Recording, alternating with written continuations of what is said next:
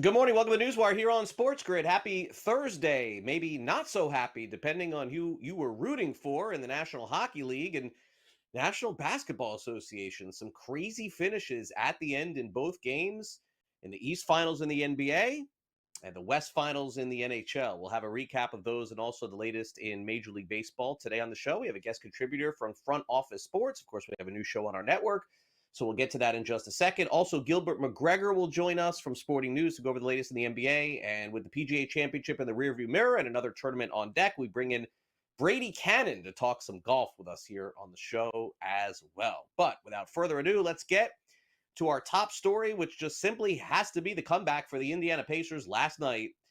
And boy, oh boy, the Pacers now favored pretty heavily to win the series. 138 to 135 in overtime.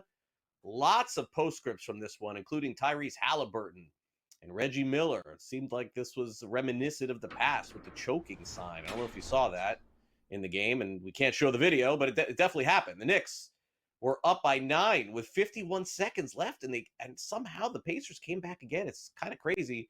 NBA teams were 0 and 970 in the playoffs in the last 27 years when trailing by 14 plus points with under 250 left in regulation. But that all, of course, went to the Indiana Pacers, who knocked down a bunch of shots at the end of the game, and including the game winner. And you know what? Playing in a lot of close games certainly has helped Indiana, who are now the favorites to go to the Eastern Conference Finals. Here's Rick Carlisle on that. Well, we've had a lot of these games this year. I mean, we've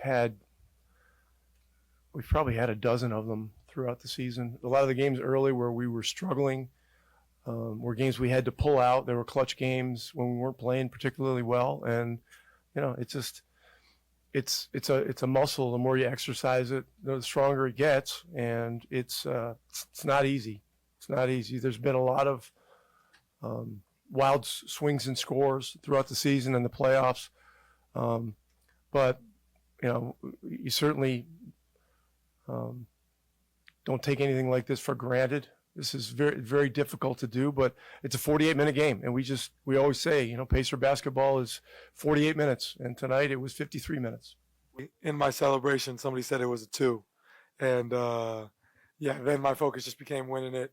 How we could win the game, and I thought we did a great job of sticking with it in overtime, just making big play after big play. Obviously, Aaron's heroics are. I hope they're talked about it. They can't be talked about enough. He was amazing down the stretch. Obi had a big putback dunk. Which had a lot of different guys contribute, make plays, and I was really proud of our group. And game 2 tomorrow night feels like New York's got to win that one. Meanwhile, Tom Thibodeau reeling a little bit after the first game, but gave all the credit to the Pacers for making the comeback and completing it last night.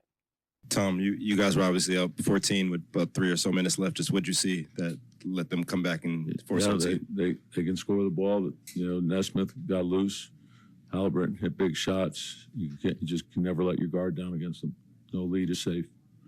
Yeah, there's obviously disappointment when you fall short, but it doesn't. We have to take a look at the film, make our corrections, and then we got to change quickly for game 2. We got to be ready for game 2, and that's all you look at. So you have to take disappointment and turn that into more determination. Jalen, how do you summarize, you guys had a 14-point lead with 2:51 left to go. How do you summarize how the game closed? Can't really summarize it. Give them a lot of credit. They closed the game out like they've been doing it all playoffs. Just not really good on our part. Pretty rare to see a guy like Nesmith hit 5 threes in a row in late game. Just what did you see on the defense from him that let him get those shots? It wasn't rare or a rare sighting. He can shoot, and when good teams, when they have a hot shooter, they find him. So it's just not good on our part, and finding him in transition and him getting open spots. Meanwhile, the NBA gave out its MVP last night. Very anticlimactic. Shai Gilgeous-Alexander wins his first. Had a fantastic season for the Oklahoma City Thunder. They had the best record, of course, and well-deserved for SGA. And by the way, they play tonight, so we'll have a preview of that game coming up. Okay, some sad news from the world of sports. Before we get to the National Hockey League, let's touch on it here because this was a obviously very sad situation and a very big surprise. The owner of the Indianapolis Colts passed away, Jim Irsay. very active on social media, active with his team as recently as yesterday.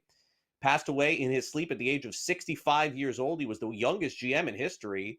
Back in 1984, he was just 25 years old, but he has basically owned the team since 1997. That's a long time. They did win the Super Bowl with Peyton Manning and company back in 2006. Tony Dungy, the head coach there. So condolences to the Irsay family. Jim Irsay passes away at the age of 65. Meanwhile, in the National Hockey League last night, the Edmonton Oilers took a lead, very similar to the New York Knicks, and then they let it slip away in the third period. The Stars beat the Oilers 6-3. They go up 1-0. By the way, Dallas scored 5 goals in the third period. That's crazy. Tyler Seguin had 2 goals for Dallas, and the Stars won their 7th consecutive home game in the postseason. That's a first since the franchise moved to Dallas in 1993. So clearly some message was sent to the Stars in the third period for them to score 5 goals. Here's Peter DeBoer on what that was. Pete, what was your message to the team going into that third period? Trying to remember something along the lines of, I didn't feel we had played our best yet, and it's really tough to get to this point, and if you are going to lose a game at this point in the year, you want to make sure the other team has to earn it. And I didn't feel through 40 minutes that we had made them earn the position they were in. So, the guys responded. We got fortunate. We got some power play goals. Happy for our power play. I mean, took a lot of heat last year at this point of the year, and was the difference tonight for us. So it's great. Back to the East we go tonight between, of course, the Florida Panthers, who are getting set for their battle with the Carolina Hurricanes. Meanwhile, in the state of Maryland, big news yesterday in the sports betting world. First state in 2025 to increase its sports betting tax rate. It's going up to 20% on sports books, up from 15% since it became legal in the United States. So Maryland setting the trend, going up 5% in state tax. Meanwhile, in Major League Baseball, Jason Dominguez with a walk-off home run for the Yankees yesterday, 4-3 as they beat the Rangers. Jacob deGrom, another really good start for Texas. 7 innings pitched and 2 earned runs. But the key moment was Dominguez, the Martian, going deep at the end of the game to capture the victory. And he talked about what he was looking for in terms of pitch in that at-bat. My personal bad, I was just looking for something up. He told me 2 curves down, and then I saw that one that popped. What was that moment like for you as you were on the bases and embraced by teammates? I mean, it was awesome. My face woke off. The face one is always special. Jason, what are you thinking when you hit that ball? I mean, as soon as I hit it, I knew it. Like, that was my face woke off, and I enjoyed it. Where do you rank that on your list of career achievements? Is that the best moment so far? I mean, it's hard to be a face-up homer in three homer game, but top three. I think right now the scuffling Mets are happy they got a win yesterday because it has not been easy for them seeing Philly surpass them in the standings. Brett Baty had 3 RBIs, and the Mets beat the Red Sox 5-1. Also, Teoscar Hernandez is back for the Dodgers. He had a 3-run home run off Corbin Burns.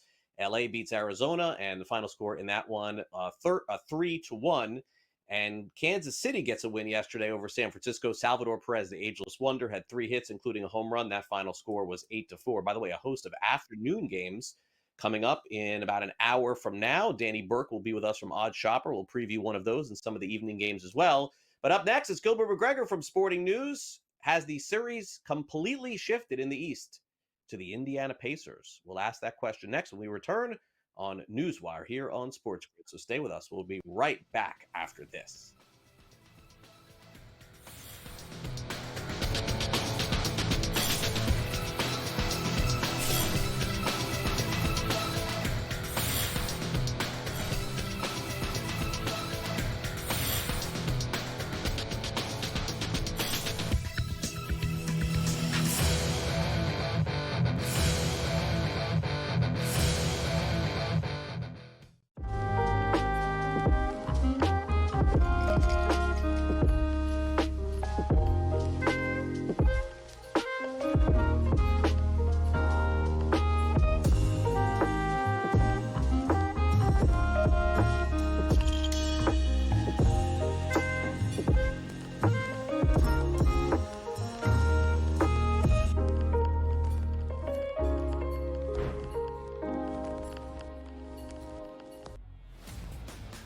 your college performance does not relate to the National Football League. It never They does. played side by side with each other, and he wasn't as good as Quinn Ewers. That's an issue. That's a major issue. It wasn't the that best it wasn't as good as Quinn they've ever Ewers. got to Texas. It wasn't that it wasn't as good as Quinn Ewers. It was Quinn Ewers' program, which Steve Sarkisian Why made would it be very Quinn clear Ewers' program?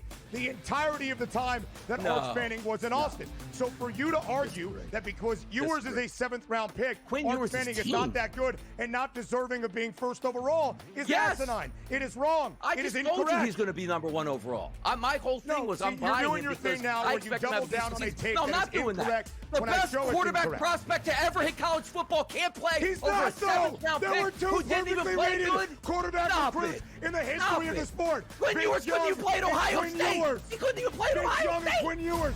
Go look it up. The Early Line, only on SportsGrid. We're going to go through every single thing, and I've got a great team behind me that's going to help me get the job done. I want this to be the place that people come to. There is going to be an energy to game time decisions that you will feel night in and night out. We are going to hit every single one of those markets that you need to know about. We will have everything at our disposal, and we will use that to our advantage. There is not going to be a better place, I promise you, than Game Time Decisions. I'm Kevin Walsh. Tune in to Game Time Decisions weekdays on SportsGrid.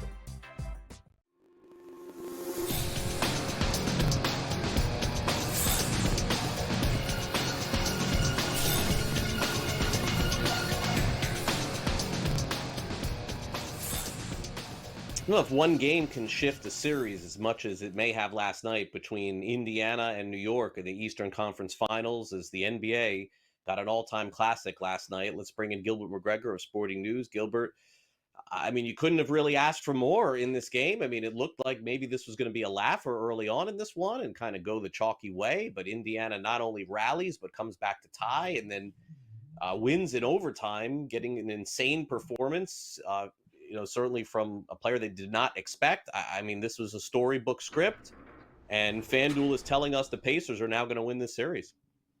It's crazy how things shift like that. I think back to several years ago now, the NBA had that tagline of where amazing happens, and last night's game was amazing, to say the least, thinking about the fact that the Pacers actually did punch first. They had that hot start. The Knicks responded. Jalen Brunson was incredible, got into foul trouble, but still found a way to make his impact felt. Karl Anthony Towns made his impact felt, but this Pacers team, there is no quit in them. This is the third time we've seen them have a comeback, an improbable comeback during these postseason, these playoffs alone. Tyrese Halliburton's the guy that gives them the confidence. He doesn't care about what comes with making or missing the shot. He's made a lot more than he's missed. And that game, like you said, had everything. Aaron Nesmith comes and just shows exactly why he was a lottery pick 5 years ago as well. So everything you could ask for in a classic playoff game, that one had. Yeah, and I guess, we'll look at the odds here in a second, but I guess if there is any solace in this is that there's no chance Nesmith has this game ever again. I mean, he's not going to go 8 of 9 from 3-point range and do what he did right there, as you see. But then again, I mean, from a betting perspective, I'd be very wary on taking the Knicks, even laying, I guess I saw the odds are laying 5.5 again in game 2. And even if Nesmith doesn't score 30 and he has 21 and somebody else steps up, which has been the story of Indiana all season long, I mean, we were talking about this, Gilbert, before the series began. I just did not understand how Indiana was such a big underdog going into the series. I got to tell you, now I don't understand why they're such a big favorite. It seems like these are just swinging like crazy. Yeah, and there's two modes of thinking about it, right? There's one way of saying, hey, how do the Knicks bounce back from losing in such a devastating way? That's demoralizing. You thought you had the game in the bag, and a lot of times that can impact your momentum for the remainder of the series. On the flip side, you can tell yourself, well, look, that's just one game. It's the first team to 4 wins. So if you still have confidence in what the Knicks showed outside of that last 2 minutes of regulation and overtime, then maybe you side with them and get some value in doing that. But if you're of the belief that momentum is as real as it could be, and the Pacers just have established that momentum and now have home court before the series goes back to Indianapolis, there's going to be a lot going on there this weekend, then I understand why they swung to become a favorite. But at the end of the day, it is just one game. Agreed. All right. So Indiana's minus 168 on the FanDuel Sportsbook. Knicks are plus 142. So that is officially the update. As you can see, a massive swing. Now let's get to tonight's game between the Timberwolves and Thunder. As you see there, the odds makers are telling us that OKC is in line to win game 2. The total is 215. It's a tick up from where it was in the last game, and the spread is pretty much the same. Did you see anything from the Timberwolves, Gilbert, that leads you to believe that they'll be more in this game when it counts in the fourth quarter? Because it seems to me this NBA game, as we're seeing in 2025, it don't matter what the score is at halftime anymore. I mean, we keep saying, oh, but this team was up the half, or oh, this team was up. I mean, it is all about how you close these games. Absolutely, Craig. And I think what I saw from them is things they can clean up. It was important coming into the series for them to not turn the ball over. They played right into Oklahoma City's hands, and they were doing that from the get-go. I think they recognized that they need to clean up their play. So that should keep the game closer so long as they take care of the ball. Now, do you get a 20-point first half from Julius Randle again tonight? Probably not. And Shai Gilgeous-Alexander did have an uncharacteristically poor shooting night. He won MVP. The crowd's going to be loud. He's going to get the award before the game tonight, or the trophy before the game tonight. So I expect him to have a big night. I think the Timberwolves can keep it closer than they did last game because they know what they can correct. But this kind of feels like one of those series where the Thunder finally got through the two hard-fought ones, or the hard-fought one against Denver, and they can take an exhale a little bit. And their rest versus rust argument worked in the Thunder's favor in game one. Yeah, I mean, SGA's season is incredible. I mean, forget the points and the assists. I mean, this guy shot 52% from the field for an entire year playing a shooting position. I mean, that is just phenomenal for him. So no surprise there. As far as his numbers go in game 2, I would love to know how many free throws his total is. Man, this guy doesn't miss free throws, and he takes a million of them. I know we don't have it here on the board. 31.5 points, 1.5 made threes, 6.5 assists, 5.5 rebounds. I mean, if I set that total for free throws at 8, I think I'd go over, Gilbert. But anyway, what do you like tonight on his numbers? I like his points. I think he finished with 31 in game one. And again, that was when he was ice cold in the first half. And really in the first three quarters, he found a way, like you said, to get to the line. It's a skill to draw fouls, albeit a controversial skill to be able to draw fouls and get to the free throw line. But I think he'll be much more efficient from the field tonight. And I think that that's going to result in a better scoring night. The Timberwolves have had a couple of good games against him, slowing him down a little bit. But he's also had some big games against the Timberwolves. I think he had a game of 40 and a game of 39 against this Minnesota defense during the regular season. So I think Shai finds his groove again. I think that getting the MVP award in front of the Oklahoma City fans is going to fuel him. I think there's a little bit less pressure now that he knows that he's won the MVP. He's going to look to show and prove exactly why he got that award for the season. And on the side of Minnesota, let's take a look at their point props here as well. With Anthony Edwards, Randall, Reed, McDaniels, and Dante DiVincenzo, I feel like the one I'm going to circle here, Gilbert, I don't know if it's going to go over or under, but I know for Minnesota to win, it's got to be Randall, right? Like Randall has to do what he's been doing the last couple of months. If this guy has 17 points, I don't think Minnesota's going to win. I don't even think they're going to cover. Doesn't he need to have like a 25 or a 30 tonight? They need a big Randall game, and again, I said he had 20 in the first half. So to see his line be right where he was in the first half of that game is interesting to me. I do think Oklahoma City is going to be a little more focused on slowing him down. But Anthony Edwards stands out after the game. He lamented the fact that he only took 13 shots in game one. I know he sprained his ankle there in the first half and came back, was a little humbled by it. But I expect to see a very aggressive Anthony Edwards in this game. That should result in a higher scoring output from him because he does not want his team to fall into a 0-2 series deficit. Feel that way, Gilbert? All right. Enjoy the game tonight, late night, and we'll catch up again next week. Thanks for coming on NewsWire. Appreciate it. Sounds good. Thanks for having me.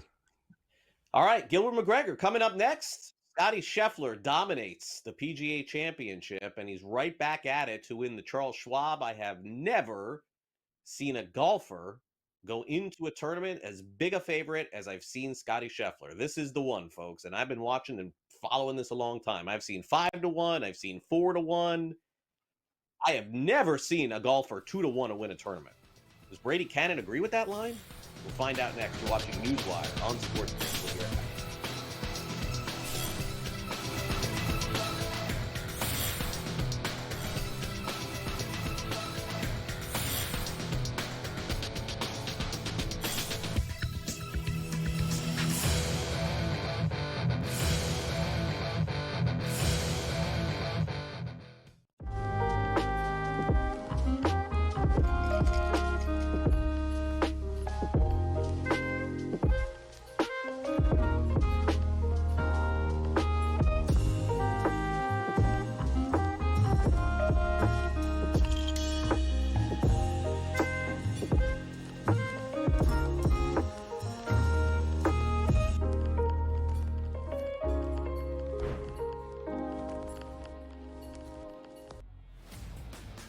your college performance does not relate to the National Football League.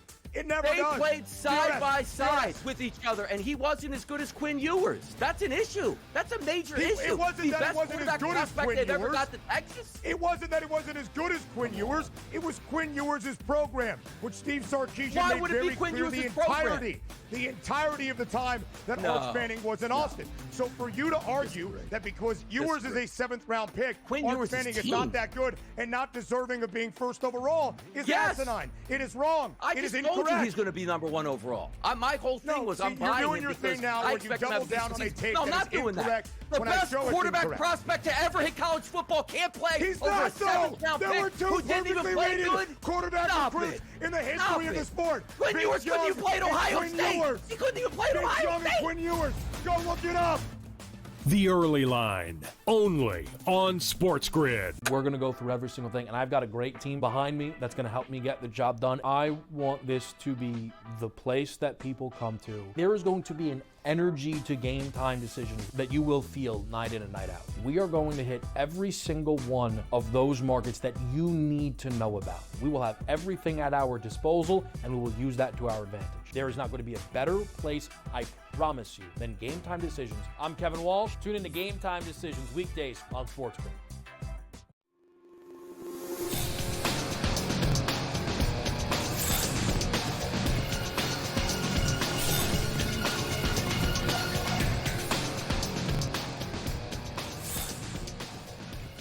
Welcome back to NewsWire here on SportsGrid. The PGA Championship now in the rear-view mirror as we move forward toward the Charles Schwab this week. And in several weeks from now, we'll be teeing off at the U.S. Open. Let's bring in Brady Cannon. Brady, great to be back with you here on NewsWire. What was your assessment last week of the PGA Championship? I mean, certainly, the great story from Jonathan Vegas. I mean, that to me was the story for the first 2 days. He hung in there a little bit on the third day. But then Scotty Scheffler just came from somewhere in the top 20 to rise to the top and didn't look back. It was very anticlimactic at the end. Yeah, you're right. He sucked a lot of the drama out of the event like he does so often. He just does not come back to the pack. He's a great front runner.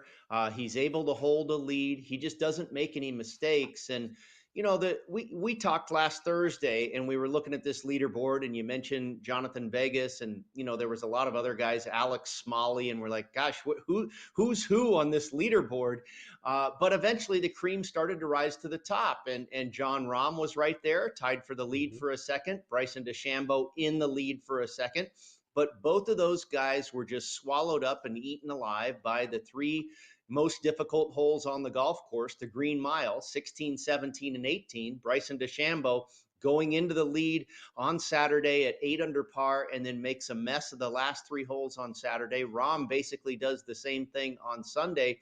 And Scotty Scheffler made those holes look pedestrian. I mean, it really is incredible. It's not as flashy. It's not as electric, but we were talking off air about the comparisons to Tiger Woods. And I think one thing is certainly relatable, and it's the fact that this guy just does not blow golf tournaments. He sucks the drama out of it just the way Tiger used to as well. Sergio trying to catch him and Phil trying to catch him and Duval and VJ and Ernie Els. And you just knew what was going to happen. And it felt very similar here this last week at Quail Hollow. All right, so we move on, and Scotty is the big name at the Charles Schwab. In fact, Brady, I was saying before the break, I don't ever recall a golfer teeing off this morning being plus 250 in any event that I've ever seen. And maybe I'm just living in the moment here, but I don't ever remember this. I mean, even as good as Rahm was, or even Tiger Woods, it was like, 4-1 or 3-1, plus 250. I mean, does this just say more about the field or something here? Because, I mean, this is insane. Well, we go back to comparisons with Tiger once again. If you do recall, Craig, it was, year 2000. We're talking 25 years ago. Tiger, I believe there were tournaments that Tiger went off at even money. And if you got him at like he was 2-1 in major championships sometimes, maybe 3-1. And now Scotty is in that territory for the U.S. Open. He was like plus 450 or something like that. And now he's just a little bit better than 3-1 to win in exactly, I believe, 3 weeks from now at Oakmont for the U.S. Open. So there's another parallel with Tiger Woods. But, and actually, I don't think the number is that bad. I couldn't get there with a bet, though. It's interesting. The next closest guy on the odds board is Daniel Berger, who's at 22-1. And you're like, are you telling me that Scotty Scheffler has a 10 times better chance to win this tournament than Daniel Berger? And I guess maybe that's true. It's just incredible. Do I expect him to win this week? Not necessarily. Do I expect him to contend? Absolutely. He's been there a couple years ago, losing to Sam Burns at this golf tournament. He was there last year being held off by Davis Riley in this golf tournament. We know he loves to play in his home state of Texas where they are. This is a classic golf course. This is the longest running venue on the PGA Tour other than the Masters. This is the 79th time they've played a tournament at Colonial Country Club, a real classic that held the U.S. Open in 1941. Ben Hogan won here 5 times. And, Scotty's into that history of the game too. So I'm sure he would love to grab what would be his 3rd straight win now here this week. Of course, winning the Byron Nelson before the PGA Championship, and now trying to bookend it with Colonial. And then next week we go to another Legends place, the Memorial, Jack Nicklaus's joint. I think when I look at some of the long shot odds here, Brady, and some of these names, I have a feeling that you got a better shot this week, honestly, than you did last week. I mean, it didn't work out too well last week. But I've never heard of, let's see, Thorborn Olsen? I don't know who that is. I feel like betting him just because I don't know who he is. We almost got there with a long shot last week, and Harris English finished runner-up. But, I had to go down the board, and you're right. Thorbjorn Olesen, he hasn't been around for a while. He was removed from the DP World Tour many years ago, but he's back and in pretty darn good form. I wouldn't be surprised by a good week out of Thorbjorn. All right, good luck, Brady. Thanks again.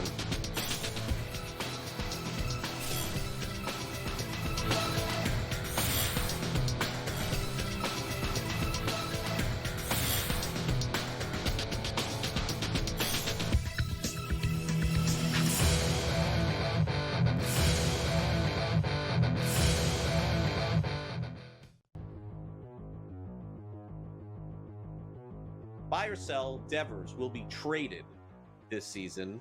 Let's also not forget that there's $300 million on the table due to Devers, which eliminates him from, what would you say, like 17 teams? Oh, I would think more than 17, maybe 27. That's a joke, but how many teams could afford him? All right, 5, 6. How many teams needed a third baseman who can't play third base? How many people want to deal with his attitude? He hasn't come off looking good in any of this. Whether you believe he should have anyway, he doesn't look good at this. Will he be traded? No, he won't be traded. The salary alone makes it highly unlikely. He's a great hitter. All right, no doubt he can hit. But other than that, there's too many between the money and the attitude and no really position for him here. He's not getting dealt anytime soon. Buy or sell, if the season ended today, Hunter Brown would win the American League Cy Young Award. Hunter Brown has been fantastic. All right, the guy that Craig's teasing, by the way, is Tariq Skubal of the Detroit Tigers here, who's certainly right up there with them. Max Fried for the Yankees has had a fantastic season. They finally lost a start where he pitched it against Seattle the other day. They'd won every start. He's been fantastic. The season ended today. Would Hunter Brown win the American Cy Young Award? I certainly couldn't argue it if he did. That being said, he's going up against Skubal, who won it last year, going up against Fried of the Yankees. My guess is that he'll need a year. You understand what I'm saying? He needs a year before he can get that kind of recognition if he's tied with somebody. If he's clearly ahead, then I think he would win here. But as of right now, would he win it?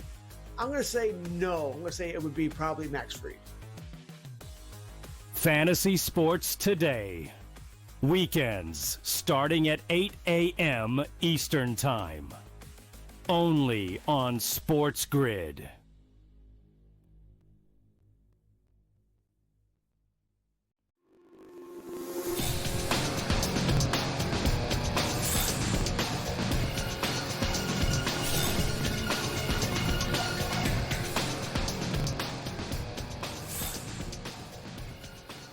Welcome back to NewsWire here on SportsGrid. Let's bring in Danny Berg from Odd Shopper, taking a look at the afternoon and evening baseball slate. Danny, great to have you back here on NewsWire. Let's see if we have any positions and can take some here on the show as we go. Let's start off right away. We got a lot of games to review. Seattle and Houston. That's the first one on our board here that we're going to take a look at today. Boy, is this a story of two sides here. Okay, so Seattle gets George Kirby back. He obviously is fantastic. I think moving forward, this is a player that really could impact games because of how good he is. So Houston, of course, gets them today.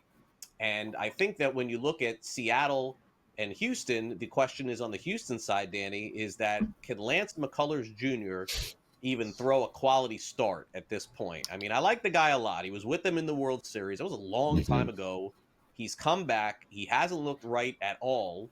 And this could go a number of different ways, Danny. I mean, we've seen pitchers like this in the past get it right, and we've seen them turn it around and be great. We've also seen them be completely done at this point too. So I'm not really sure which way to go with this, because the other thing with Kirby is I would imagine he's only going to go 5 innings tonight. Seattle's minus 132 on the money line.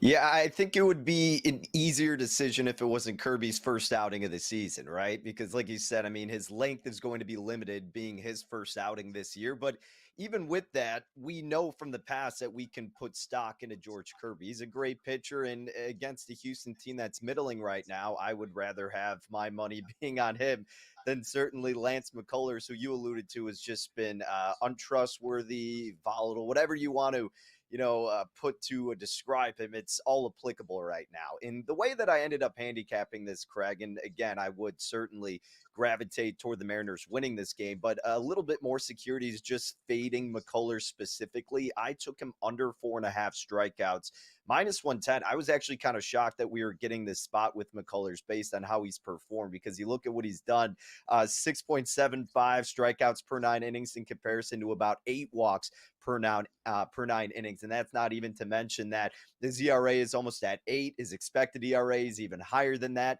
Yes, he's only started in 3 games, but it's still enough of a sample size to absolutely have worry with this guy. I mean, a lot of times we can attribute it to just beginning of the season woes and those ups and downs, but this is something a little bit deeper than that. So I like him under 4.5 strikeouts, thinking it's going to be another pretty tough outing for him. Seattle is the favorite, by the way, Danny, to win the West, but the Rangers have come on lately. They're now even at 25-25. I think they're going to be better in the second half than they have been through the first 50, plus 290. Houston's lingering around. Angels have played better. They're 50-1. The A's are just falling apart here, Danny. I mean, they're now 22-28. I believe they've lost, is it 8 in a row or something like that? They've lost a lot in a row. Do you see it? As I see, I don't know. For some reason, I can't bank on Seattle at this point. I'd probably reach toward Houston or Texas at this point, based on what I've seen from Seattle in September the last couple of years. I'm with you, Craig. I've been on the Seattle train the past couple of years and betting them to win the division, and they just always fall short. They always shoot themselves in the foot. And then you look at the other 2 teams who have a realistic chance of competing, as you mentioned, Houston, and then you have Texas. Houston seems like more of the sexy play from what we've seen from them in the past, but this clearly isn't the same Houston roster. So I think they'll kind of fall off toward the middle to end point of the season. But I do see a little bit more value in Texas, not only because there is more value on their odds, but just because, as you mentioned, I think their bats are going to come alive once we hit June and get into July, these hot days in the summer months when it's really time for these players to grind through this long season. I think that's when we'll see Texas kind of pop up. The thing that scares me a tad bit with Texas is their pitching rotation, but if they can do enough to sustain, and then you correlate that with what I'm presuming is going to be an offense that takes a step forward, I think they're going to be right there next to Seattle. I mean, with the Mariners, it's a team where, I need to see it to believe it, because they've broke me so many times in the past that I'm not willing to commit, especially just at about the price of even money this early on.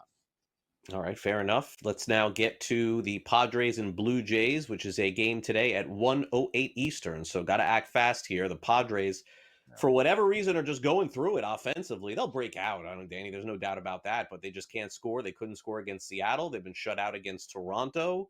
The total is 9 in today's game between these 2 teams. I know this kid Kolek, who's pitching for San Diego, has done a really nice job here. But yeah, I mean, look, you gotta play the trend here. The Blue Jays are minus 156, and until the Padres start hitting, and they have not, I just don't think that there's any other way to go. And I get you on that one, and I may get burned, and I have before in this type of area, but I do like the Padres actually in this spot at about like that minus 119 area because they are facing the sweep here against Toronto and a little bit more incentive in those situations. And like you said, the kid Kolek has looked pretty sturdy thus far, 2.33 ERA throughout 19 innings pitched. His expected ERA is at 3.23, so nothing really too alarming there. He's got a high ground ball rate over 58%. His left on base percentage incredibly high at 95%. Bowden Francis on the other side taking the bump for the Blue Jays. High ERA of 5.63. His FIP is 6.49. High home run to fly ball ratio as well. So if there's a time for the Padres bats to come alive, which we're expecting it to happen sooner rather than later, facing the sweep against a weak pitcher, I think this is the spot to do so. And you're getting a cheapened price in what you normally should get with the Padres in this type of environment. So yeah, I mean, again, it's maybe famous last words, but I'm going to be trusting the Padres to bounce back here, Craig. 12:35 Eastern today in the Bronx. The Rangers and Yankees will finish up their series. Help me make sense of this one. The hottest pitcher in baseball is on the mound today for Texas, Nathan Eovaldi. I mean, nobody better. He's plus 130 today for the Rangers on the road. I mean, I guess maybe this is like a live bet or something to see how the first couple of innings go. But the total 7.5, that even tells you that Rodon is going to pitch good on the side of the Yankees here. But getaway days, I know, honestly, Danny, they're very dangerous. Been to a million of them. First inning goes by in 6 minutes. Second inning goes by in 4 minutes. Like, guys are just swinging constantly. So maybe this just comes down to a low-scoring game that's determined when both these pitchers are not in the game. Absolutely. I mean, that's kind of what I'm banking on as well. And your live betting approach isn't a bad way to go about it because, certainly you want to trust the Yankees bats a little bit more so than the Rangers right now. Again, I think the Rangers will pick it up. I don't know if this is the time to do so against Rodon, who's been a stud in himself, but Eovaldi's been that much better. Price alone, yeah, the intrigue is without a doubt on the side of Texas because of who's taking the bump, because it's presumably going to be a lower scoring game, so less room for error, and all it may take is a couple runs to get the job done. So if I had to just bet it before the game begins because of the price, I'm going with Texas. But yeah, I think the smarter approach is to look in-game, see which pitcher may have more length and is able to keep that pitch count down so you don't have to stress out the bullpens as much. Does make sense. All right, two struggling pitchers today on the bump in Boston, 6:45 Eastern. Orioles finally won a game, right? Things are going in the right direction. I highly doubt that. Cade Povich, he's a slight dog today. Lucas Giolito, he's a slight favorite. Neither pitcher has been inspirational this season. Total is 8. Any way to look on this one? Lucas Giolito, kind of like I look at like a Kyle Hendricks or Tyler Anderson, even though Anderson makes me eat crow. But those are like pitchers that I typically look to fade. Seldom am I going to bet on them. But here I am betting on Lucas Giolito, and that's just a testament to this Orioles team. And Povich on the other side, the Southpaw's got a 5.84 expected ERA, 15% home run to fly ball ratio. In Boston, while yes, there have been struggles, they're 5th in weighted runs created plus against lefties. The wind is blowing in tremendously. So Eovaldi, I give a slight nod to in the pitching department. The bullpen gets the nod for Boston here. And the Red Sox need to get in that groove. And there's no better team right now in their division to do it against than the Baltimore Orioles. So it feels gross. It feels grimy, but I am laying a price with Lucas Giolito taking the bump today. Fair enough. Great stuff, Danny. As always, enjoy the day games and the evening games as well. Appreciate you coming on. Thanks again. You got it, Craig. Take care. All right, coming up next, we will be joined by Renee Washington of Front Office Sports, the New York Liberty. Boy, have they seen a price valuation rise in their franchise, and also is the National Hockey League in some trouble with the ratings of some of their games. We'll be joined by Renee coming up right after the break. Stay with us here on NewsWire on SportsGrid. Back to that.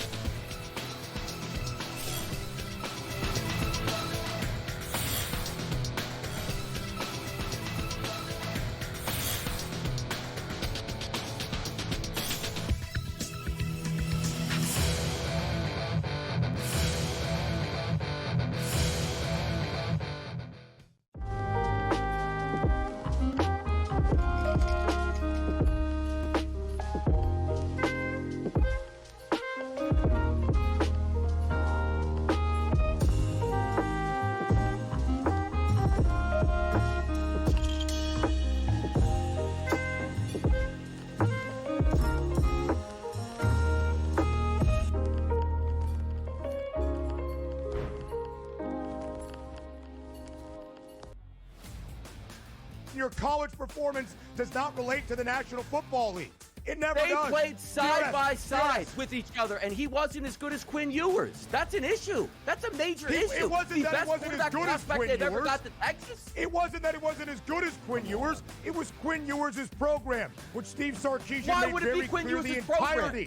entirety of the time that No. Arch Manning was in Austin. So for you to argue that because Ewers is a 7th-round pick, Quinn Arch Ewers' Manning is team. not that good and not deserving of being first overall is Yes. asinine. It is wrong. I It just is told incorrect. you he's going to be number 1 overall. My whole thing was I'm you're buying doing him your because thing now I where you expect him to double have down on a decent take season. No, I'm that not is doing that. incorrect The when I best show it's quarterback incorrect. prospect to ever hit college football can't play He's over not a so. 7th-round There were pick two who didn't even perfectly play rated good. quarterback Stop recruits it. in the history Stop of it. the sport. Quinn Vince Ewers couldn't Young even play at and Ohio Quinn State. Ewers. He couldn't even play at Vince Ohio Young and State. Quinn Ewers. Go look it up.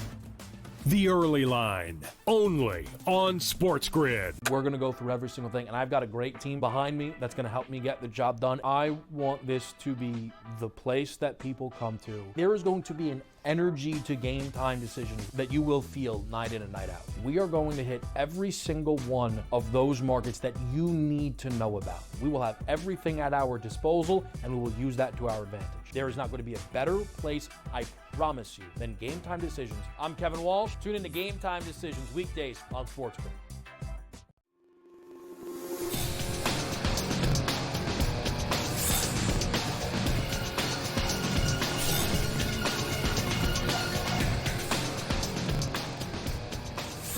Tune in every day here on SportsGrid at 6 o'clock Eastern for our great news show, Front Office Sports. And we are live with Renee Washington, who you can catch on that show, as well as now making some appearances on our show as well. So we'll preview that show a little bit later. Great to have you here, Renee, on the show for the first time. And congrats on this new great program that we have here on SportsGrid. Appreciate you coming on. Yeah, thank you so much for having me. It's great to be a part of the show and being able to connect with you. And I'm just happy to be here.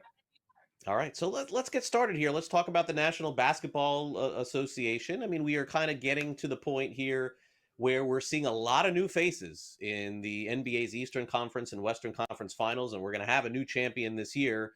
You know, LeBron James was sort of used to seeing him and, calling him the face of the NBA, and certainly for more than 2 decades, he definitely has been that player. What do you think is next for the league? Honestly, it's an exciting time, and we've talked about this so much on Front Office Sports today because people don't realize 11 of the last 16 NBA Finals had LeBron James, Steph Curry, or both of them in it. And so to see that stat that came out earlier this week, that this is the first time a Western Conference champion is not going to be coming out of California or Texas, more importantly, since 1996 is earth-shattering. But it also is a testament to the new faces. I mean, it's MVP Shai Gilgeous-Alexander, it's Anthony Edwards, it's Tyrese Halliburton, Jalen Brunson, new names. And I think it's allowed the league to really show that there's a new era. It's the passing of the baton, no dynasties or in that regard of favorites, but it's really wide open, even when you look at this Final Four grouping. Yeah, it really is. And by the way, Renee, the other thing before we move on, off the NBA is that, for me, it would be doing a disservice to not even, mention the international players. I mean, to me, still the best player in the NBA plays on the Denver Nuggets in Nikola Jokic. I know, here in the States, we toward to gravitate toward our own here, but, him and Luka Doncic and so many other players around the league, certainly could emerge as the top player, whether or not LeBron's in it or not. Yeah, and this is the 7th straight season we've seen that the MVP has been an international player. It's been Nikola Jokic, as you mentioned, Giannis Antetokounmpo. It's been, of course, SGA getting his first ever. But I think that also is why the league saw dramatic growth this season. Even though people were a little bit skeptical in the beginning of the regular season, the postseason rounds, a 3% increase is in big part of the global presence, the expansion in terms of favorites and fans in that regard, and just allowing more markets and more pockets of the world to be tapped in versus always being the same teams, the same markets and fan bases. It does make sense. All right, Renee, so let's now move on to the WNBA, and seems like every day there's a new controversy, by the way, going on in the WNBA. But look, if we're talking about the league, that's a good thing for them. It makes the teams more interesting, and it certainly makes the league more valuable. One team in particular in the New York Liberty, Renee, seems to be the beneficiary of that. Absolutely. Listen, in sports, you have to talk about it. There's the controversy, there's the rivalries, there's the beefs, there's the competition. That's what makes sports so great, beyond even just who's winning and losing. And to hear that the reigning WNBA champions and the New York Liberty just set a new historic record with their $450 million valuation. They have a group of investors that they're adding to what the Tsai family's already been building on since they purchased the team in 2019 for $10 to $15 million. They've added so much to build this championship contending team year after year, including a new facility that they're announcing is coming out in 2027. That's going to be a massive 75,000 square foot, $80 million project just created by the players for the players. And I think that's why the league, as you mentioned earlier, has had more in the news, because the players are actively doing their part to build their brand, build the league, which as a result is building the audience as well. Yeah, definitely so. And it doesn't hurt that Caitlin Clark and Angel Reese are arguing and battling it out every single game. Something's going on, causing people to fight amongst themselves too, as we've seen on social media. Story for okay, so now on the flip side here, we have the National Hockey League. And, Renee, here in South Florida, everyone's very, very thrilled to see the Florida Panthers back, playing in the Eastern Conference Finals, probably going to be playing for the championship again. I know that doesn't necessarily help the league. The Panthers play in a market which is Sunrise, Florida, not necessarily even Miami. Edmonton certainly doesn't either, playing in Canada. Yes, they get that pocket, of fans that are there, but it seems like, unfortunately, with some of the bigger teams and the bigger markets out of it, the ratings are really suffering. Yeah, not good to see that 28% dip in NHL playoff ratings so far through the first two rounds. And with us talking so much about the growth of the NBA, it feels like the NHL is kind of spinning around trying to figure things out. They had 5 teams in the playoffs this season out of the 16 that were Canadian teams. And some have pointed to that as a reason why the ratings have dipped, because for ESPN and TNT, they're only broadcast in the United States.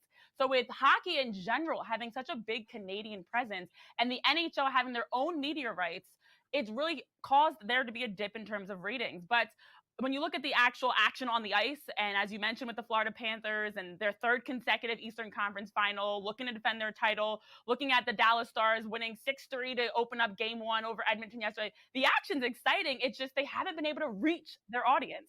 And I think that's a big part of it. Their TV deals have unfortunately caused them to also miss a huge audience and not be able to capitalize on reaching them in the most pivotal part of the season. Everyone loves tuning in to the run to the Stanley Cup. Yeah, and we'll see what happens this year as the series in the East and the West come to the end. All right, Renee, 6 o'clock Eastern tonight, live here on Sports Grid. We've got Front Office Sports. What do we got coming up on tonight's show? Oh, it's going to be a good one. We're talking actually about the faces of the league around the NBA, as well as a very special edition episode. We've got Tony Reali, the host of course, Around the Horn, as the show ends tomorrow and a 23-year run comes to an end for the show. He actually joins us here in studio. We're going to be talking about what led to it ending, the conversations he's had with ESPN, and also teasing out what he's got going on in the future. So it's a really exciting edition as we get to have a moment in history to talk about this legendary show, Around the Horn, and Tony Reali's involvement. So it's a good one for people to tune into for Front Office Sports today. Definitely so. Groundbreaking show for sure. Thanks again, Renee, for coming on and joining our show. Congrats on all the success on your show. We'll see you tonight at 6 o'clock. Thanks for coming on. Thank you, and thanks for all that you guys are doing. Keep up the great work. All right, thanks, Renee. We'll take a quick time out and come back and wrap it up with some last licks. The Tush Push is back for another year. It's getting way too much attention. Talking about this way too much here on the show. We'll do it once more, and then we'll get back to Antonio Brown talk. No, I'm just kidding. If you want to download the SportsGrid app, just take out your phone for iOS and Android, and there it is, that QR code. We just revamped the SportsGrid app, folks. It is awesome, live, and the streaming content is fantastic as well. Live odds on all the games going on, including the hockey playoffs, basketball playoffs, Major League Baseball, and WNBA as well. We'll be right back to wrap it up next. Don't go away.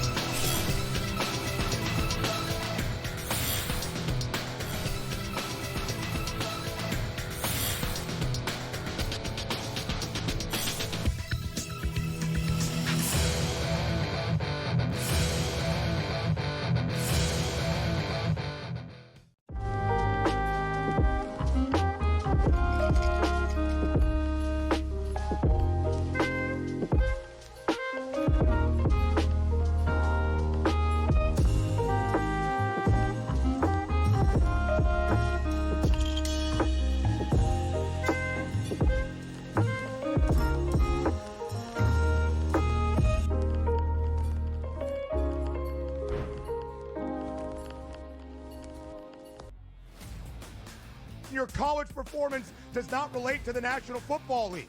It never They does. played side by side DRS. with each other, and he wasn't as good as Quinn Ewers. That's an issue. That's a major issue. It wasn't the that best it wasn't as quarterback good as prospect Quinn they've ever Ewers. got to Texas. It wasn't that it wasn't as good as Quinn Ewers. It was Quinn Ewers' program, which Steve Sarkisian Why made would it be very Quinn clear Ewers' program? the entirety of the time that Arch Manning was in Austin. So for you to argue that because Ewers is a 7th-round pick, Quinn Arch Ewers' Manning is team. not that good and not deserving of being first overall is asinine. It is wrong. I It just is told incorrect. you he's going to be number 1 overall. My whole thing was I'm you're buying doing him your because thing now I where you expect him to double have down decent on a season. take No, I'm that not is doing that. incorrect The when I best show it's quarterback incorrect. prospect to ever hit college football can't play He's over not, a 7th-round There were pick two who didn't even perfectly play rated good. quarterback Stop recruits it. in the history Stop of it. the sport. Quinn Vince Ewers couldn't Young even play at and Ohio Quinn State. Ewers. He couldn't even play at Vince Ohio Young State. and Quinn Ewers. Go look it up. The Early Line, only on SportsGrid. We're going to go through every single thing, and I've got a great team behind me that's going to help me get the job done. I want this to be the place that people come to. There is going to be an energy to game time decisions that you will feel night in and night out. We are going to hit every single one of those markets that you need to know about. We will have everything at our disposal, and we will use that to our advantage. There is not going to be a better place, I promise you, than Game Time Decisions. I'm Kevin Walsh. Tune in to Game Time Decisions weekdays on SportsGrid.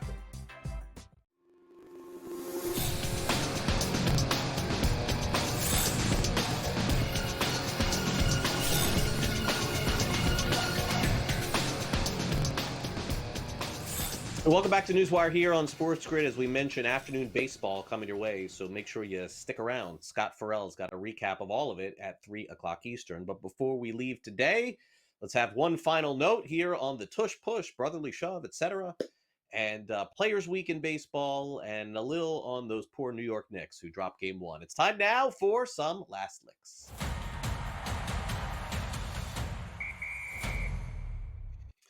I don't know why, but this story in particular is starting to get to me a little bit. The fact that we're like, I guess the NFL just like has to be in the news and has to try and steal some headlines here. But we weren't going to put this at the top of the show. We saved it for the end. So the tush push is back. There's definitely no question that one team in the Green Bay Packers did not want this to continue. And it seems like there was some lobbying going on in the National Football League to try and get it to stop.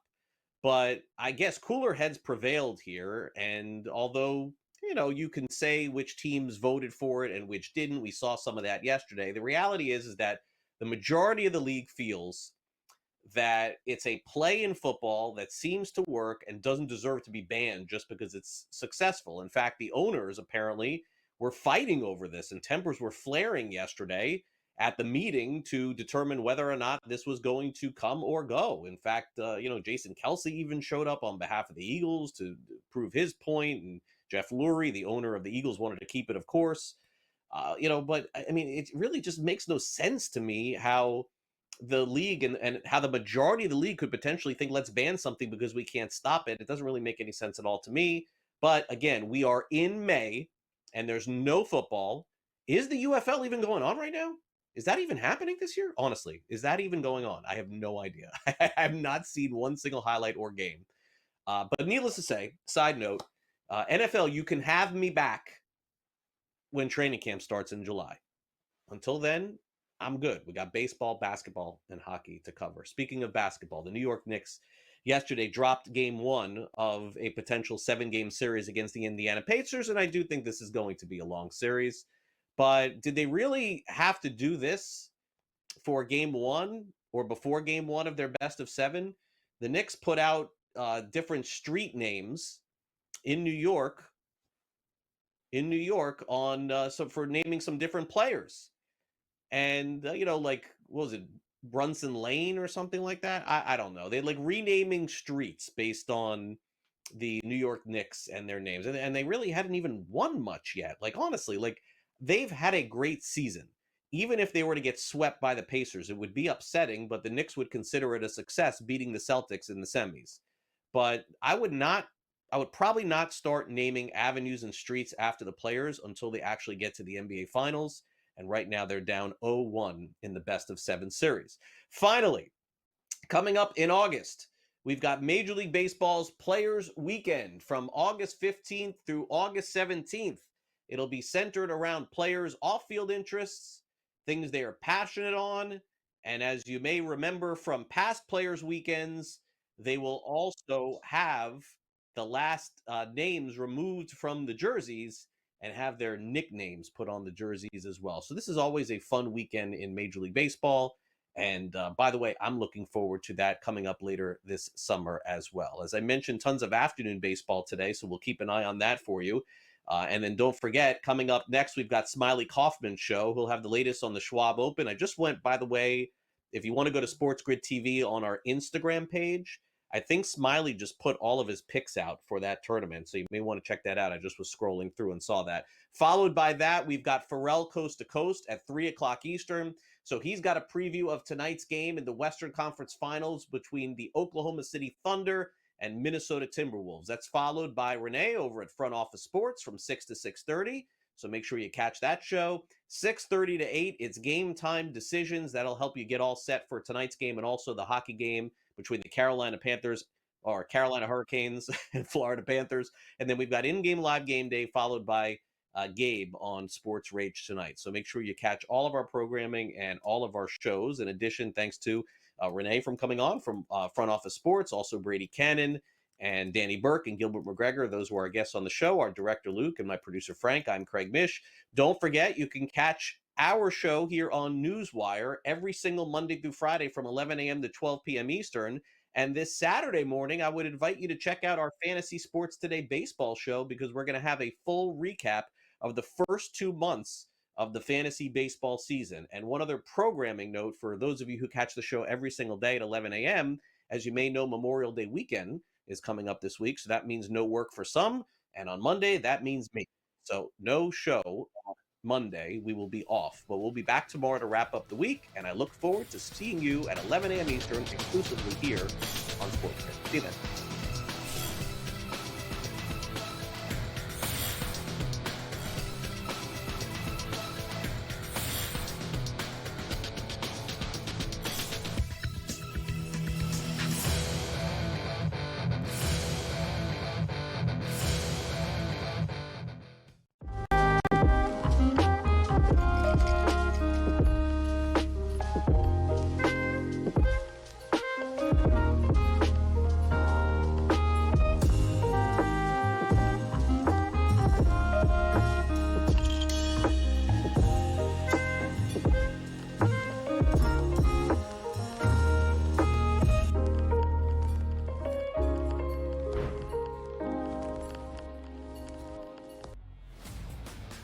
Your college performance does not relate to the National Football League. It never They does. played side by side DRS. with each other, and he wasn't as good as Quinn Ewers. That's an issue. That's a major issue. It wasn't the that best it wasn't as quarterback good as prospect Quinn they've ever Ewers. got to Texas. It wasn't that it wasn't as good as Quinn Ewers. It was Quinn Ewers' program, which Steve Sarkisian Why made would it be very Quinn clear Ewers' program? the entirety of the time that Arch Manning was in Austin. So for you to argue that because Ewers is a 7th-round pick, Quinn Arch Ewers' Manning is team. not that good and not deserving of being first overall is asinine. It is wrong. I It just is told incorrect. you he's going to be number 1 overall. My whole thing was I'm you're buying doing him your because thing now I where you expect him to double have down on a decent take No, I'm that not is doing that. incorrect The when I best show it's quarterback incorrect. prospect to ever hit college football can't play He's over a not, though. 7th-round There were pick two who didn't even perfectly play rated good. quarterback Stop recruits it. in the history Stop of it. the sport. Quinn Vince Ewers couldn't Young even play at and Ohio Quinn State. Ewers. He couldn't even play at Vince Ohio Young State. and Quinn Ewers. Go look it up. The Early Line, only on SportsGrid. We're going to go through every single thing, and I've got a great team behind me that's going to help me get the job done. I want this to be the place that people come to. There is going to be an energy to game time decisions that you will feel night in and night out. We are going to hit every single one of those markets that you need to know about. We will have everything at our disposal, and we will use that to our advantage. There is not going to be a better place, I promise you, than Game Time Decisions. I'm Kevin Walsh. Tune in to Game Time Decisions weekdays on SportsGrid.